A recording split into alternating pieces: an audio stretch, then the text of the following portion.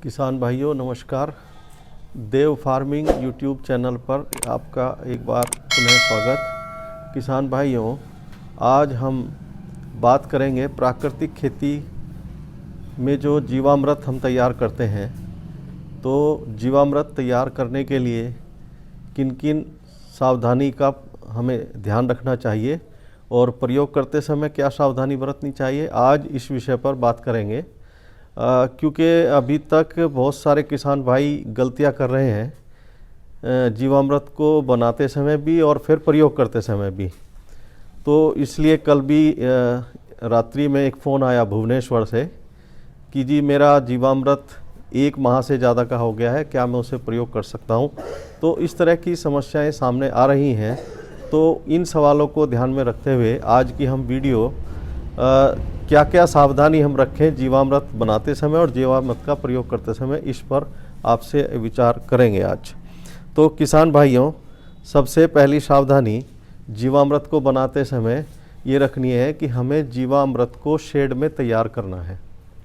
Shade में तैयार इसलिए करना पड़ेगा कि यदि हम खुले में रखेंगे तो तेज़ धूप में हानि होगी और जब बारिश होगी तब हानि होगी। इसलिए एक शेड में जीवामृत को तैयार करना चाहिए ताकि बारिश से और धूप से होने वाली जो हानि है उससे बचा जा सके। अब इसके बाद दूसरी मुख्य सावधानी ये है कि जब हम जीवामृत तैयार करते हैं, सुबह शाम इसको घुमाते हैं तो घड़ी की सुई की दिशा में घुमाना है लकड़ी के डंडे से। ये विशेष सावधानी है। ये मैं एक बार पुनः दोहरा देता हूँ कि जब हम जीवामृत को घुमाएं तो घड़ी की सुई की दिशा में ही घुमाएं। वो इसलिए कि जब हम घड़ी की सुई की दिशा में जीवामृत को घुमाते हैं तो हमारे जो इसमें सूक्ष्म जीवाणु मौजूद हैं वो ऊपर की ओर आते हैं और इसमें वायु का यानी कि ऑक्सीजन का लेवल बढ़ता है।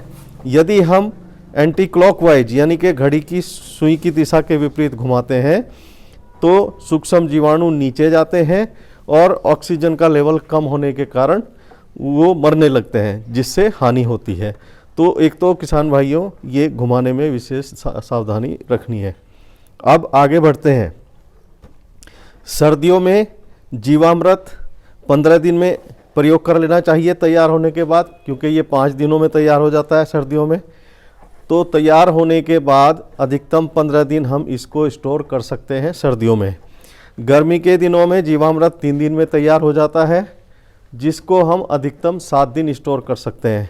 इससे ज़्यादा यदि हम इसको रखेंगे तो फिर इसमें हानिकारक जीवाणु और कीट पतंगे पनपने लगते हैं, जिससे बजाय लाभ के फिर हानि होती है। तो पुराने जीवामृत को खेतों में प्रयोग नहीं करना चाहिए। ये एक बहुत महत्वपूर्ण बात है। तो किसान भाइयों, ये इस तरह की सावधानियां हैं। एक, सुबह शाम डंडा घुमाने के बाद जीवामृत को जूट के बोरे से ढकना बहुत आवश्यक है। इस तरह से लकड़ी का एक डंडा ड्रम के ऊपर रख देते हैं और फिर जूट के बोरे से इसको ढक देते हैं। तो वाष्पोत्सर्जन के कारण जो हानि होने वाली है जूट के बोरे से ढकने से, उससे बचा जा सकता है। अब ये तो रही इसके बनाते समय सावधानियाँ। कुछ सावधानी प्रयोग करते समय। किसान भाइयों, तैयार जीवामृत को सीधे फसलों पर स्प्रे नहीं किया जाता।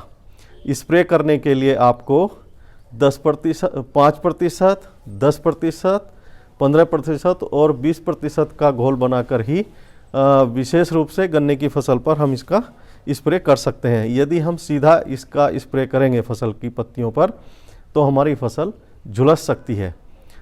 इसको सिंचाई के पानी के साथ भी आप प्रयोग कर सकते हैं और ज़मीन पर सीधा डायरेक्ट डालकर भी इसको हम हजारे आदि के माध्यम से इसका प्रयोग कर सकते हैं।